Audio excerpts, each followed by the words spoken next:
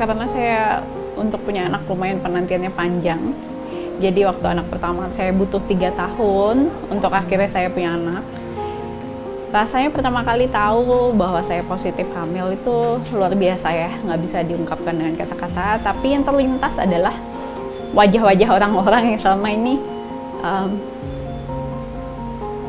ikut mendoakan saya.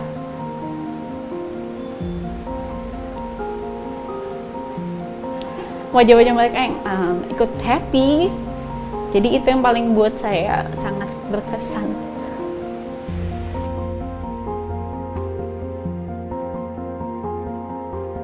Bisa nggak saya jadi ibu yang terbaik buat anak saya? Saya rasa setiap ibu pasti pertanyaannya sama, cita-citanya juga sama, bisa memberikan yang terbaik buat anak-anaknya. Tapi kekhawatiran terbesarnya justru itu juga gitu. Apakah saya sanggup? Apakah saya bisa?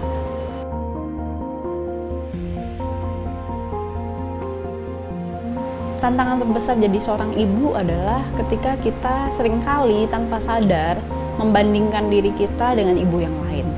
Gitu ya. Kita melihat ibu-ibu lain sepertinya luar biasa, sangat perfect. Sedangkan kita seringkali melihat diri kita tuh kurang. Kita tuh selalu bandingin gitu loh. Pingin menjadi yang sama. Tapi seringkali kita sebenarnya nggak bisa. Jadi sebenarnya tantangan terbesar adalah kita bisa terima diri kita, karena setiap ibu pasti bisa beri yang terbaik buat anaknya.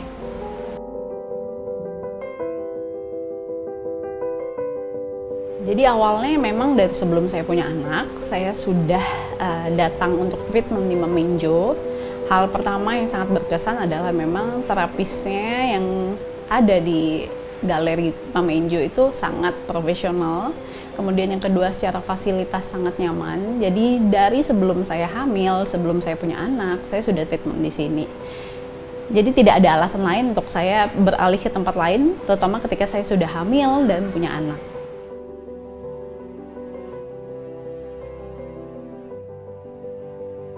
Jadi yang saya rasakan ketika hamil dan melakukan treatment di Mama Enjo itu adalah saya lebih rileks, saya lebih bertenaga rasanya, dan ketika saya mengalami keluhan-keluhan seperti sakit pinggang atau mungkin bahkan moody, ketika kita sudah rileks dan treatment, otomatis mood kita jadi lebih baik, istirahat kita lebih nyenyak, badan juga lebih enak.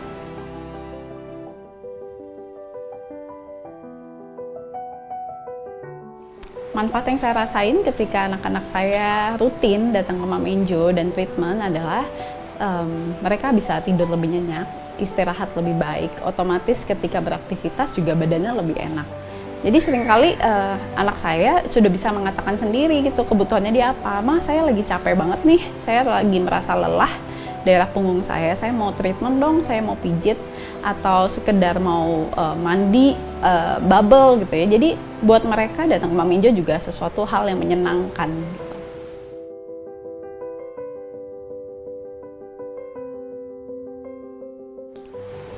Momen paling berkesan buat saya ketika menjadi seorang ibu dan tidak akan pernah terlupakan adalah ketika momen-momen menyusui. Dimana momen menyusui itu bonding yang paling luar biasa menurut saya. Dan ketika momen menyusui itu jujur banyak sekali tantangan yang harus saya hadapi. Salah satunya ketika anak saya memiliki tongue tie dan lip tie, dan bukan hal yang mudah karena sangat menyakitkan. Waktu itu saya belum mengerti apa-apa.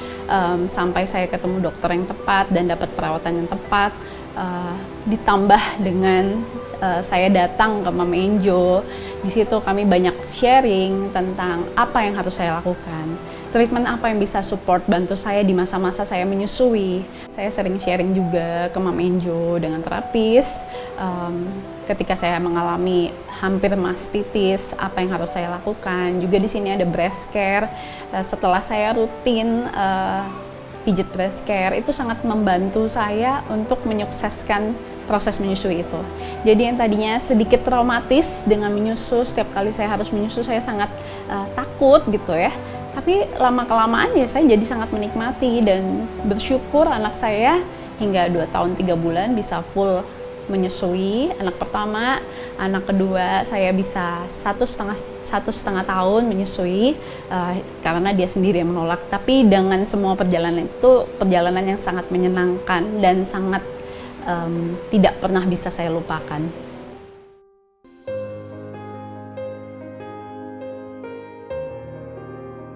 Yang selalu saya tanamkan ke anak saya, terutama anak saya nomor 1, karena saya sudah lebih bisa berkomunikasi, adalah saya selalu bilang sama dia, respect others gitu ya, hargain orang lain.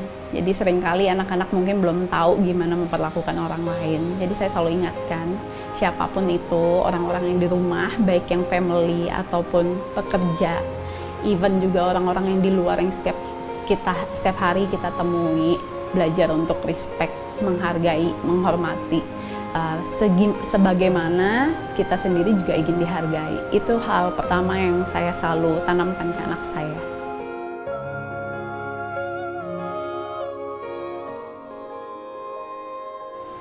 Doa saya buat anak-anak saya, terutama adalah anak saya bertumbuh dan berkembang dengan baik, dengan sempurna, selalu ada dalam lindungan Tuhan, dan yang paling penting adalah mereka boleh bertumbuh menjadi pribadi yang jauh lebih baik dari kami orang tuanya, jauh lebih besar dari kami orang tuanya, menjadi berkat dimanapun mereka berada. Itu doa saya.